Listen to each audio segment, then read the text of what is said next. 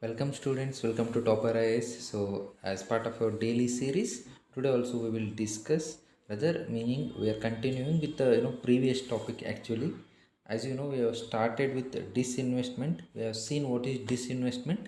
Basically, disinvestment is nothing but liquidation of government assets, selling of the shares, its holdings in PSUs. Okay, so government has been this disinvestment policy has been outcome of LPG reforms of 1991, right? So we have seen in our previous episode that what are the benefits of going for disinvestment and what are the reasons which have been stated to not to go for disinvestment, and what is the current analysis is more of the disinvestment today it is being done to meet the address fiscal deficit concerns of the government is what the one of the criticism which is repetitively raised nowadays. Okay, so today we will again further continue with the disinvestment.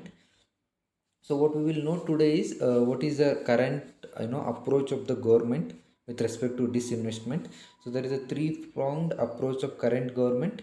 So first one is winding up loss making units, so completely sell off them all, so wind up these companies. So rules for disposal of their assets and land, so dispose of the assets, dispose of the land, and you already have insolvency and bankruptcy code which you have brought in. So that process will be helping you to dispose of all these loss making units, so sell them off completely. So second one, the PSUs which are in which are profit making, so the profitable PSUs will be listed, shall be listed on stock exchanges through public sale of shares. See, you can list the profit making PSUs in shares. That also helps you to raise greater revenue for the PSUs. So government shareholding in enterprises already listed will be paid down through public offers to minimum level depending on the sector and in line with government policy. So depending on the sector, depending on the profit it makes, such kind of PSCs shall be listed on stock exchanges. And there will be third category, will be that of strategic sales of high value and big size companies such as BAIL and oil and defense sector POCs. The strategic sales, by that we mean even transfer of ownership goes, meaning government is owning selling more than 50% of stakes in a company. So obviously the ownership control also goes to the other players, not with, does not remain in the hands of government. Okay, so this is a three pronged approach of the government: winding up the loss making units, second one profit making PSUs listing on stock exchanges, third one highly high valued and big size companies such as BAIL and oil, you can go for strategic sale over here. So government is selling majority of its stake and giving the control of company also to private sector. Remember this is a current approach of the government. And if at all government is looking for in the future, disinvestment policy shall be guided taking into account certain things, like you define what are the priority sectors. So which are all the private priority sectors you should decide and see the in all sectors that you have strategic interest, so let them be with the government, and other non-strategic sectors can be can be allotted to private players through disinvestment process. Then investment in POCs have to serve social strategic purpose, not only financial purpose. See, as I said earlier, so currently disinvestment process is majorly done to address the fiscal deficit concerns, right? So you should also keep in mind PSUs. Why did we go for PSUs after independence?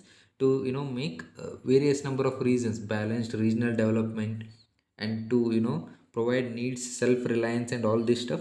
So that objective should not be sided away, it should be there. So social purpose and strategic purpose shall be given importance.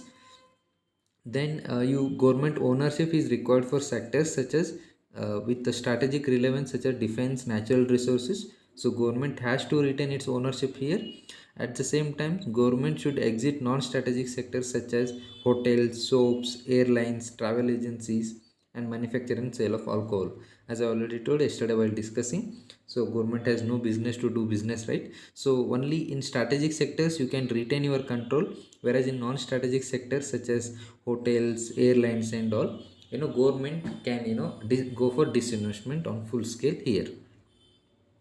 Then Niti Aayog has also provided, suggested certain recommendations with respect to disinvestment. See, Niti Aayog has submitted a list of recommendations on each of the sick and loss-making PSUs. Okay, so out of 74 such companies, it has recommended closure of 25 companies in which revival plans were attempted but had failed. So completely close these companies, and once you close it, you can sell up the assets such as land holdings, and even dispose of the assets, and employees who are employed in these PSUs can be offered voluntary retirement.